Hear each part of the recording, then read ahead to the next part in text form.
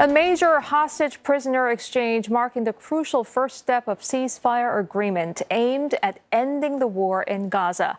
20 living hostages were freed and the bodies of 4 others. Now, the remains of 24 deceased hostages are believed to still be in the enclave, but the Palestinian group was telling mediators it wasn't able to locate all of them in time for the swap. Now, Israel, as part of the peace deal, freed almost 2,000 Palestinian prisoners and detainees. And the IDF also withdrew to a line that has left them in control of about 53% of Gaza. So what happens now? Well, the U.S. military will oversee a multinational force of around 200 troops from Egypt, Qatar, Turkiye, and the UAE that will monitor the ceasefire. The Gaza will be a de-radicalized, terror-free zone. It'll be redeveloped for Palestinians and initially governed by a temporary transitional committee of Palestinian technocrats supervised by Mr. Trump's Board of Peace. Hamas will have no role at all. The members of the group who lay down their arms and commit to a peaceful coexistence will be granted amnesty, while those who wish to leave Gaza will be provided safe passage to receiving nations. No Palestinians will be forced to leave Gaza. President Trump also included that an economic plan to rebuild and, quote, energize Gaza will be developed by a panel of experts to help create jobs and opportunities. There is hope that this ceasefire could lead to a permanent end to the Israeli-Palestinian conflict. But complexities remain. Hamas has previously refused to disarm. The question of Palestinian statehood remains unresolved, and there's no clear timeline for full Israeli withdrawal from the Strip. For more on the Israel-Hamas ceasefire deal, let's speak now with Gregory Treverton. He's professor of the practice of international relations and spatial science at the University of Southern California. Professor Treverton, good to see you again. Let me start by asking you about where we are. Okay, so the hostage and prisoner exchange has taken place. Aid is moving into Gaza. So what's going to be the most pressing thing that needs to be done next? You know, like yesterday, I mean, it's 20 points and we're maybe 4.5 because of the 24 bodies remaining. But it feels like many, many more when you start breaking it down, as Julie was doing moments ago. Well, I think that's exactly right. It's certainly a very big step and a very positive step, and one for which Mr. Trump has taken credit and deserves it, right? He was prepared to do what he hadn't been before, and Mr. Biden wasn't either, and that has really put serious pressure on Prime Minister Netanyahu. So it's a very good beginning, but it's really only the beginning. And as they say, the devil is in the details, and we'll see if Mr. Trump, who's not known for his attention to details and follow-up, has the tenacity and the team to continue to work at all of the issues that you mentioned are live. What do we mean by disarmament? What does that mean, disarming Hamas? Israel, as you said, is going to continue to occupy about half of the Gaza Strip, and they've said they'll engage in defensive operations. What does that mean? What are the limits there? And then there's the whole set of issues about how to govern Palestine and Gaza in particular. There's going to be some role from the Palestinian Authority, yet undetermined. There's going to be some overseeing by perhaps even the United States and Britain.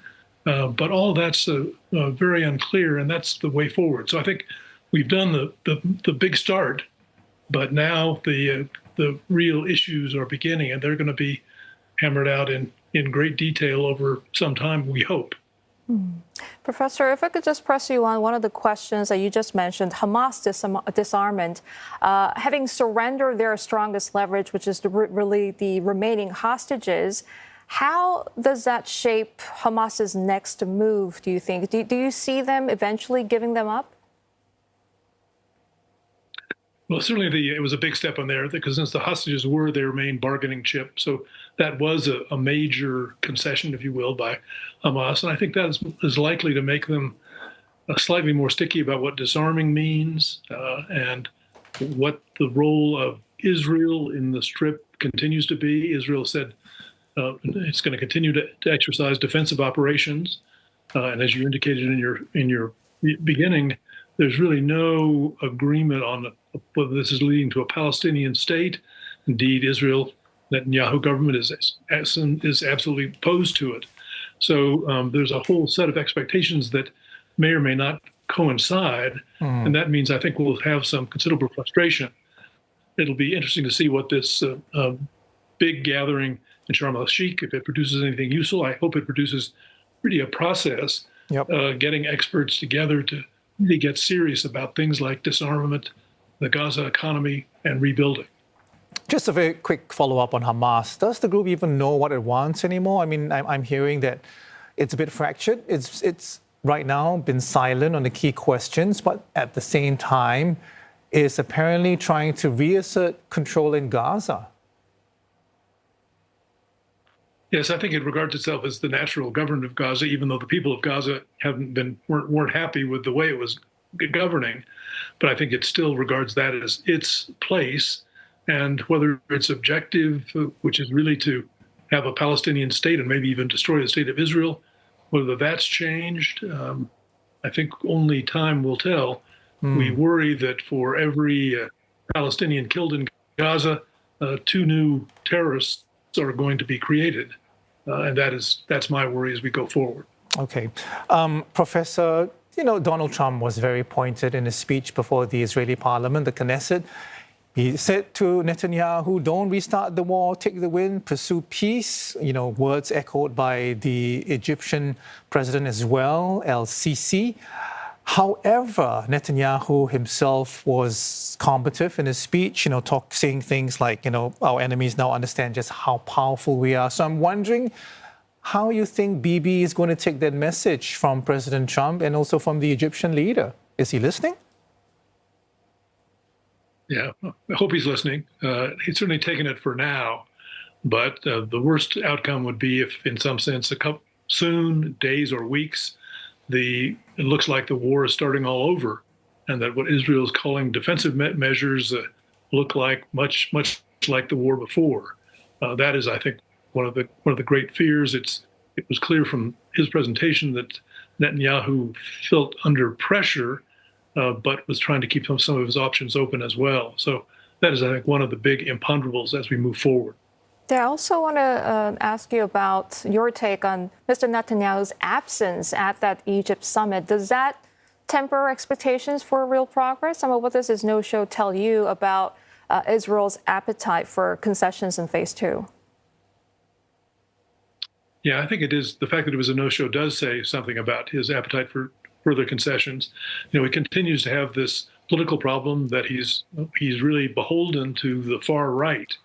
And how much room that makes him feel he has, I think has always been a big question. He's basically behaved to keep the coalition together. And so it took this bit of jawboning by President Trump to get him to move this time around.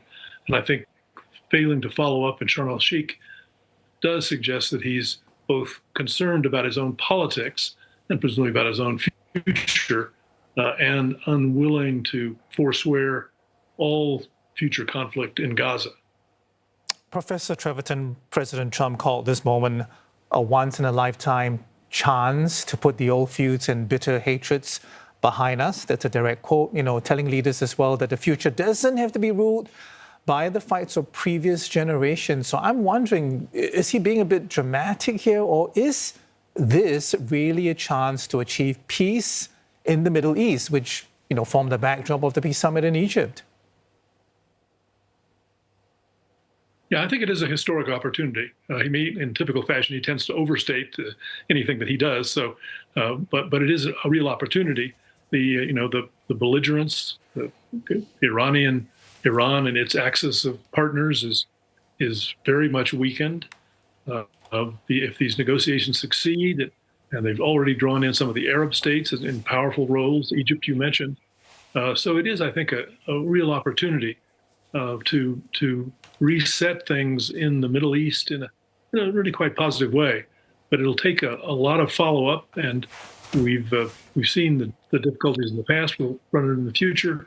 The whole idea of what Palestine is and what a Palestinian state is or isn't, that's still in front of us. I think that's still on the minds, though not always on the agendas, of the Arab states. So a long way to go, but I think it really is, to give the credit where it's due, it is a historic opportunity, and Mr. Trump deserves credit for the jawboning that got Netanyahu to come along. An historic opportunity. That's where we will leave it, and we are hopeful. Professor, thank you so much for your time this morning. Gregory Treverton, Professor of the Practice of International Relations and Spatial Sciences at the University of Southern California.